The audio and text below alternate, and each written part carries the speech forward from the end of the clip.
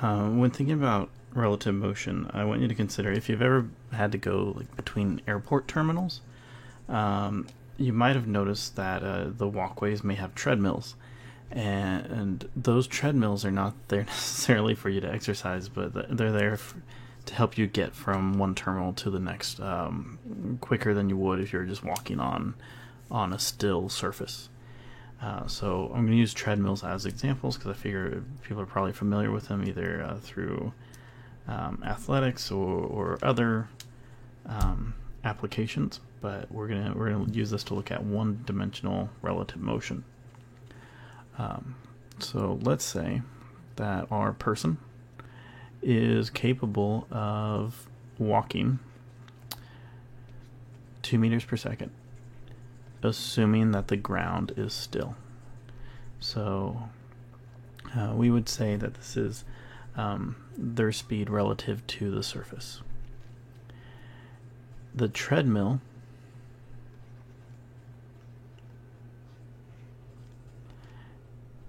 is capable of moving relative to a still surface at 3 meters per second.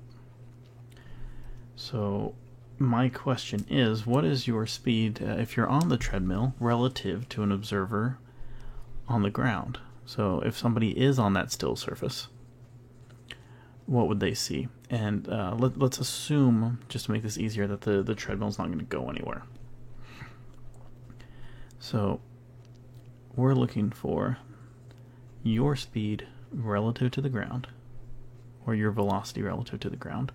I'm going to say to the right is positive.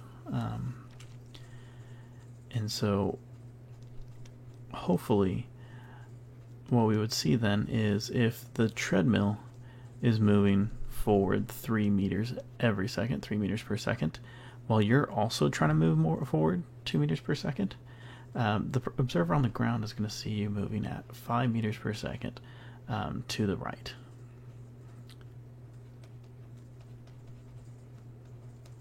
And we can double check this. If you're familiar with dimensional analysis, like converting miles per hour to meters per second, we're kind of going to do something similar here. When it comes to relative motion, what we mean by relative motion is that the medium you're using to measure the motion of an object determines the measurement you're going to get.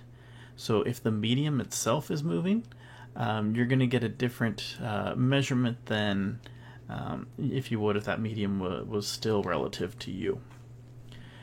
And I'm going to distinguish this notation here. So we're going to say you on the treadmill is the object we're trying to measure, and we want to measure your speed relative to the ground. So this is the lens which we're looking through. This is our we're going to call this our frame of reference. Well, we know the person's speed relative to a still surface, and the surface that they're on is the treadmill. So we're going to take the surface of you relative to the treadmill. So again, you are the object. Everything's fine here.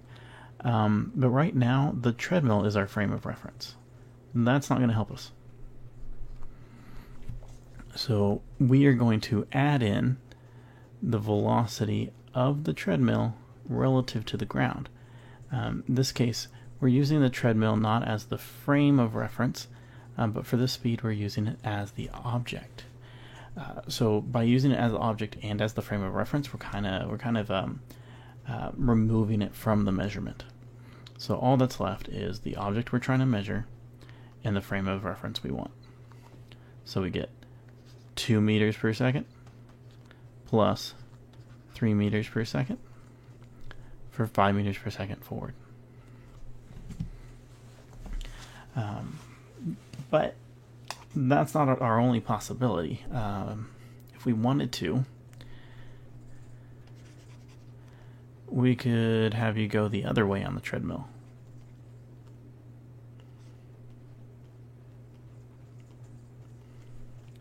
So if we do this math again, if we still say to the right is positive, the treadmill relative to the ground is a positive 3 meters per second, but you are now moving to the left, which I'm going to define as negative since the right is positive.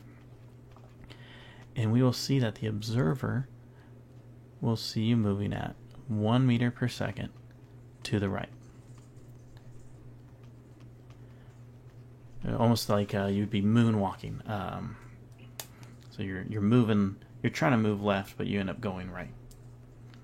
And that's one-dimensional motion as far as like frames of reference are concerned. So as you're sitting here watching this, you can kind of think of how you're not really sitting still.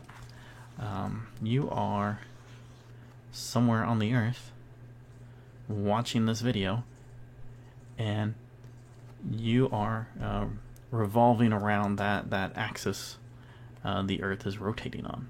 So you have some sort of angular speed, and therefore you have some sort of speed or velocity that's tangent to the surface. So it all depends on our frame of reference. And we can even go further and say that, you know, we have the, oh boy. Okay. So fix that real quick. Let's say we have the sun and the earth is going around there, so we are following along this path while at the same time rotating around the earth.